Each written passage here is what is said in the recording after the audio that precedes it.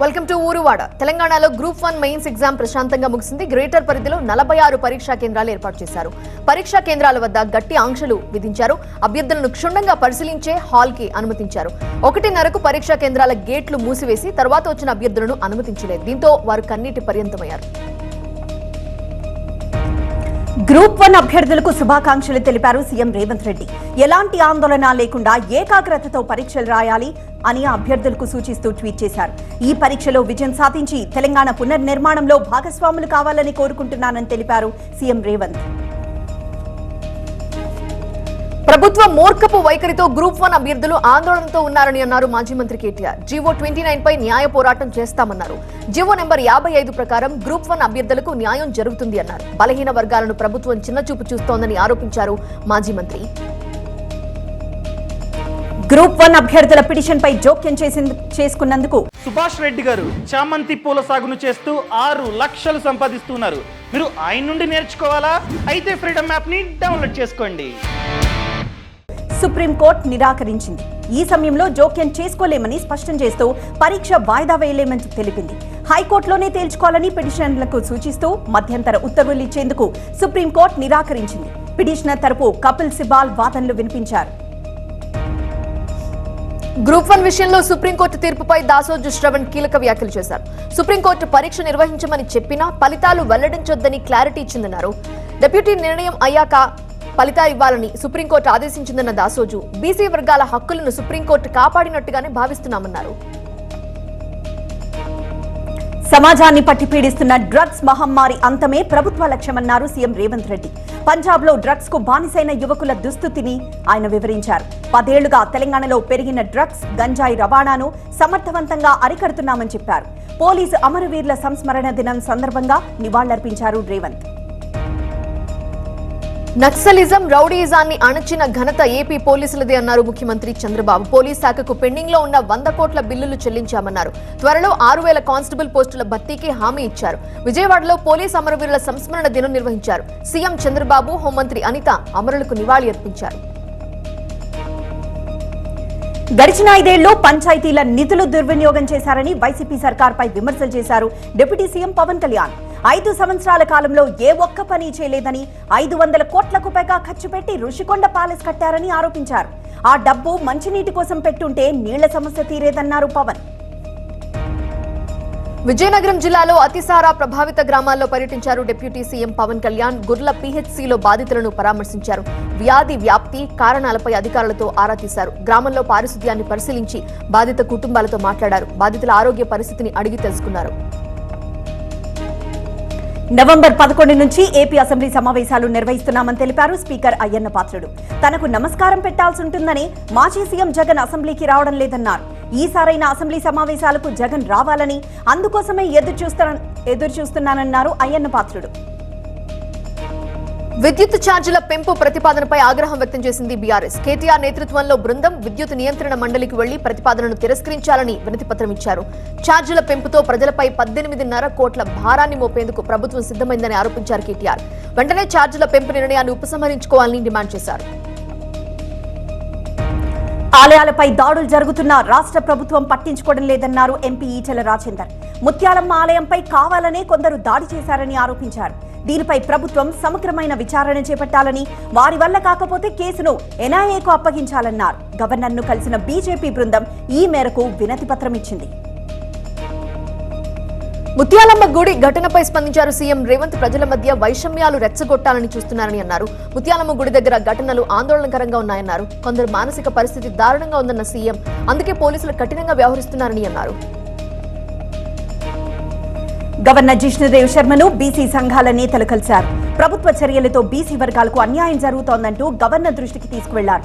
ఇప్పటికైనా బీసీ వ్యతిరేక విధానాలను ప్రభుత్వం ఉపసంహరించుకోవాలని కోరారు.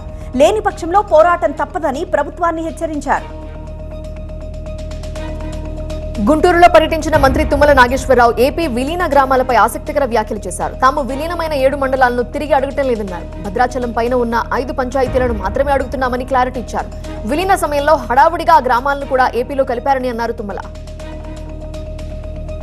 గత 10 ఏళ్లలో తెలంగాణలో కేసీఆర్ కుటుంబం దోచుకుందన్నారు ఎమ్మెల్యే కడియం శ్రీహరి. 2014లో కేసీఆర్ కుటుంబం ఆస్తులెన్ని, ఇప్పుడు వారి ఆస్తులెన్నో ప్రజలకు వివరించాలని డిమాండ్ చేశారు. కేంద్ర మంత్రి స్థాయిలో ఉండి రోడ్డుపై కూర్చొని ధర్నా చేయడమేంటని బండి సంజయ్పై తీవ్ర స్థాయిలో మండిపడ్డారు శ్రీహరి.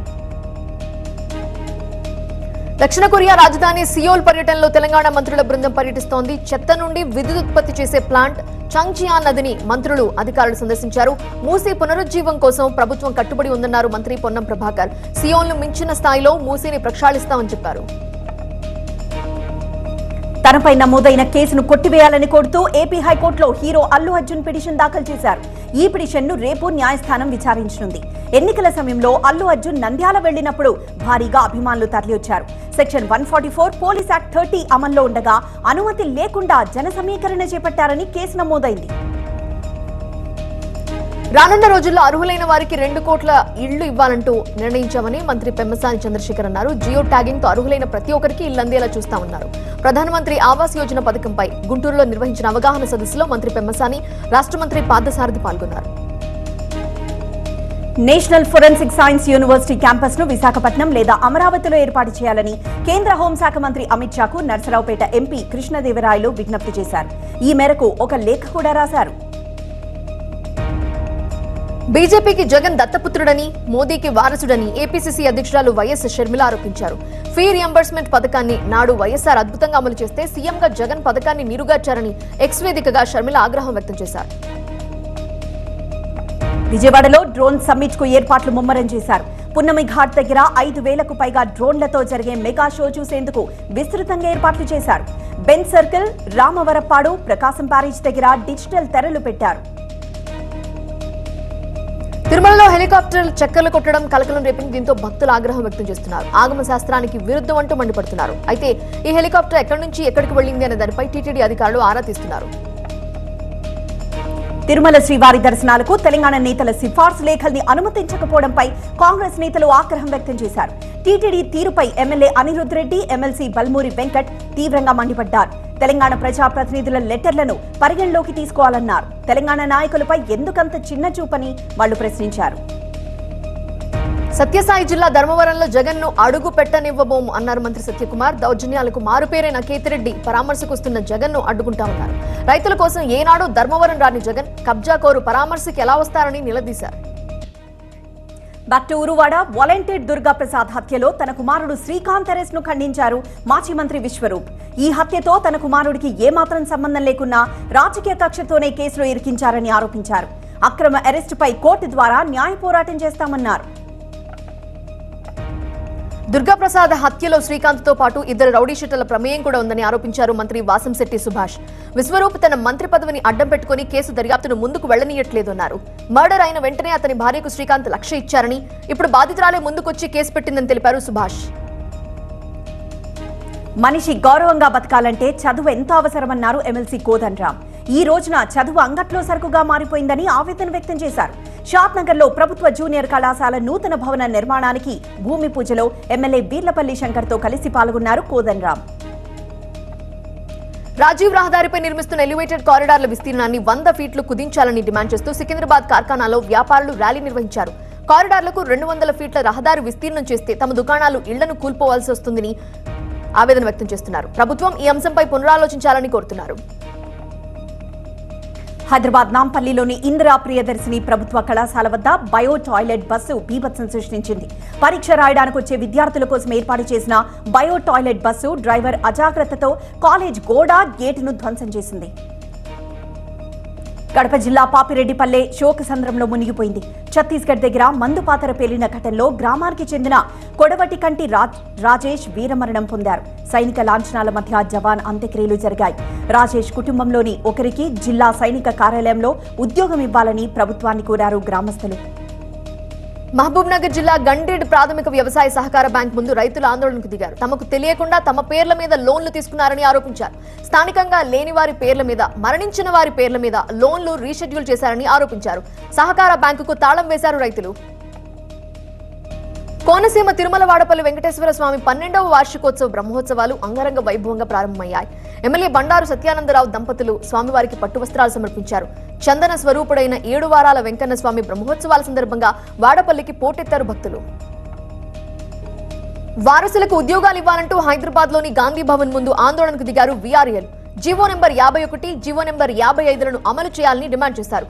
ప్రభుత్వం ఇచ్చిన హామీలు అమలు చేయకపోతే ఉద్యమం చేస్తామంటూ హెచ్చరించారు వీఆర్ఎల్.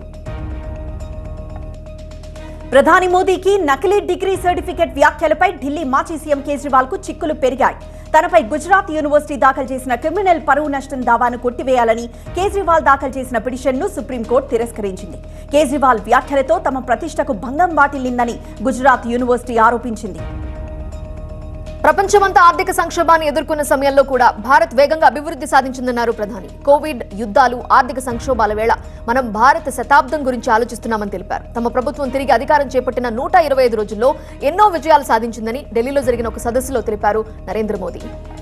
విమానాలకు బెదిరింపు కాల్స్ చేసే వారిపై కఠిన చర్యలు తీసుకుంటామన్నారు కేంద్ర మంత్రి రామ్మోహన్ నాయుడు. బాంబు బెదిరింపులకు పాల్పడే వారిని నో ఫ్లై లిస్టులో చేరుస్తామన్నారు. జీవిత ఖైదు పడేలా చట్టపరంగా మార్పులు చేసే యోచన ఉందని, ఇందుకోసం ఎయిర్ క్రాఫ్ట్ సెక్యూరిటీ నిబంధనలను సవరిస్తామని వెల్లడించారు. కేరళ కున్నూరులో తీవ్ర ఉద్రిక్తత చోటు చేసుకుంది. కలెక్టర్ అరుణ్ విజయన్ వేధింపులతో ఏడీఎం నవీన్ బాబు ఆత్మహత్యకు పాల్పడ్డారని యూత్ లీగ్ కార్యకర్తలు ఆందోళన చేపట్టారు. రాస్తారోకో చేపట్టడంతో ఎక్కడి వాహనాలు అక్కడే నిలిచిపోయాయి. కలెక్టరేట్లోకి చొచ్చుకు వెళ్లడానికి ప్రయత్నించగా పోలీసులు అడ్డుకున్నారు. అయోధ్య వివాదంలో పరిష్కారం చూపమని తాను ఆ దేవుణ్ణి ప్రార్థించానని సుప్రీంకోర్టు ప్రధాన న్యాయమూర్తి జస్టిస్ డివై చంద్రచూడ్ తెలిపారు. నమ్మకం ఉంటే దేవుడు ఖచ్చితంగా దారి చూపుతాడని అన్నారు ఆయన. ఛత్తీస్గఢ్ రాజధాని రాయ్పూర్లో తీవ్ర ఉద్రిక్తత చోటు చేసుకుంది. సీఎం విష్ణుదేవ్ సాయి నివాసాన్ని డీఈడీ అభ్యర్థులు ముట్టడించారు. ఉద్యోగాలకు ఎంపికైనప్పటికీ పోస్టింగ్ ఇవ్వడం లేదని ఆరోపించారు. సుప్రీంకోర్టు, హైకోర్టు ఆదేశాలు ఉన్నప్పటికీ ప్రభుత్వం తమకు న్యాయం చేయడం లేదని ఆగ్రహం వ్యక్తం చేశారు. ద్రవిడ పద్ధతిలో హిందూ దేవాలయాల్లో చేపడుతున్న తమ ప్రభుత్వం కార్యక్రమాలు నిజంగా భక్తులు ప్రశంసిస్తున్నారని తమిళనాడు సీఎం స్టాలిన్ అన్నారు. రాజకీయ లబ్ధి కోసం సెంటిమెంట్, భక్తిని ఉపయోగించేవారు తమ ప్రభుత్వాన్ని, తమ కార్యక్రమాలను విమర్శిస్తున్నారని తెలిపారు.